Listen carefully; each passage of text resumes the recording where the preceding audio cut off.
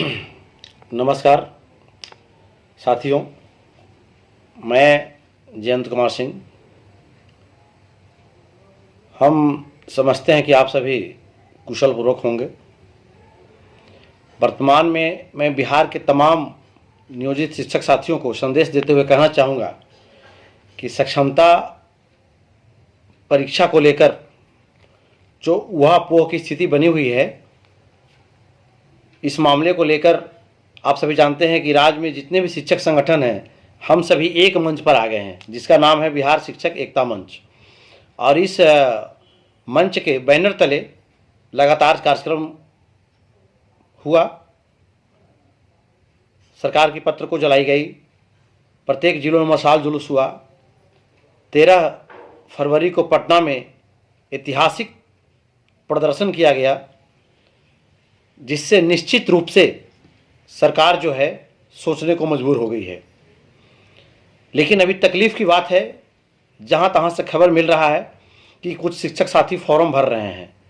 तो आप फॉर्म भर करके बहुत बड़ी गलती कर रहे हैं, बहुत बड़ी गलती।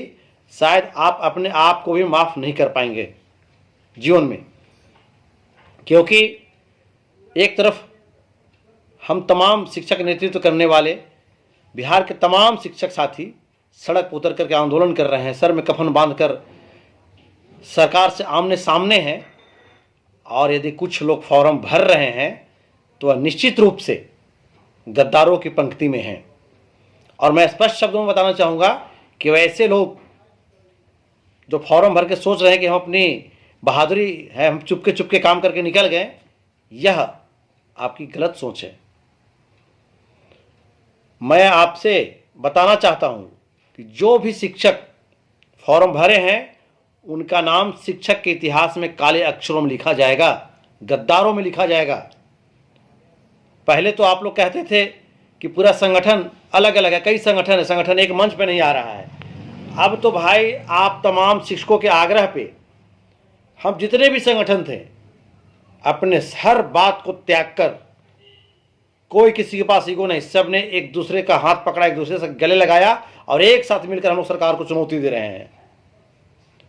फिर आप फार्म क्यों भरने लगे?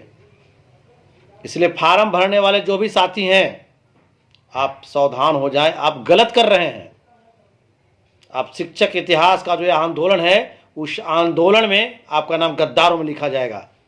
आप आंदोलन को कमजोर करने में लगे हुए हैं, चुपके फार्म भर रहे हैं, कैफे में जाके जहां तहां देख रहे हैं, पता नहीं चल रहा है। सबका डिटेल्स निकल गया है जिला में, प्रत्येक जिला से डिटेल्स निकलवाए हैं हम लोग, कौन शिक्षक कितना फॉर्म भर रहा है। चलिए, मैं सब जो फॉर्म भर दिए हैं, मैं उनसे आग्रह करना चाहूँगा कि आप फॉर्म भर के पहली गलती किए, अभी भी आपके पास मौका है कि यदि फॉर्म भर भी दिए हैं तो आप उस फॉर्म को जमा नहीं करें, अगली कार्रवाई उस फॉर्म पर नहीं करें। आपका नाम बहादुरों की श्रेणी में रहेगा, अभी भी कुछ नहीं बिगड़ा है। और मैं अभी तक जो संगठन के आह्वान पर अपने हिम्मत, ताकत और धैर्य का जो परिचय देते हुए शिक्षक फॉर्म नहीं भरे हैं, मैं वैसे तमाम बिहार के शिक्षक साथी, शिक्षिकाएं, बहनों को चरण स्पर्श करता हूं। आप सचमुच क्रांतिकारी हैं, संगठन की विचारधारा पर चलने की आप में ताकत है, आप में क्षमता है, आप कायर नहीं हैं। मैं बार बार आप लोगों का नंदन वंदन और अभिनंदन करता हूं। मैं एक मूल्य बात बताना चाहता हूं कि हर परिस्थिति में संगठन की जीत होगी, शिक्षकों की जीत होगी, किसी की नौकरी नहीं जाएगी। आप रेवेन्यू स्टाम्प लाइए, मैं लिख के दे रहा हूं आपको कि आपकी नौकरी नहीं जाएगी, किसी कीमत में किसी भी शिक्षक की नौकरी नहीं जाएगी। अगर आप जरा सा भी घबरा रहे हैं, जरा सा डर रहे हैं, तो अंदर से अपना सीना ठोक करके अपने आप को बोल्ड बनाइए। और संगठन के आंदोलन के बाद सरकार बहुत कुछ सोचने को मजबूर हो गई है। बहुत जल्द अच्छा रिजल्ट मिलने वाला है, बहुत जल्द। ऐसा भी समय आएगा, हो सकता है सक्षमता परीक्षा भी रुक जाए, सब कुछ सामान्य होने वाला है। लेकिन जो लोग फॉर्म भर रहे हैं वह अपनी कमजोरी को प्रदर्शित कर रहे हैं।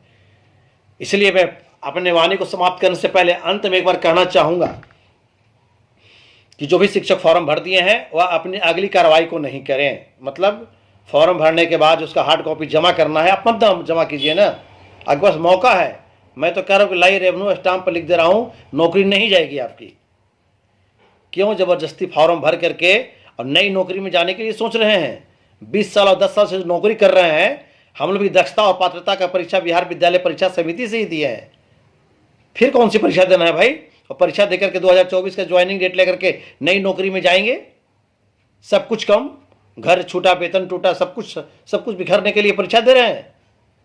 इससे तमाम साथियों से निवेदन है कि मेरी बातों को गंभीरतापूर्वक सुने और ध्यान दें, और जो अभी तक फॉर्म नहीं भरे हैं मैं उनसे बार बार आग्रह करूंगा कि आप धैर्य बनाए रखें, कहीं भी कोई संकट नहीं आएगी। तमाम साथी एकदम आप सुन लें कि किसी की नौकरी पर कोई आंच नहीं आने वाली है, किसी की नौकरी नहीं जाएगी।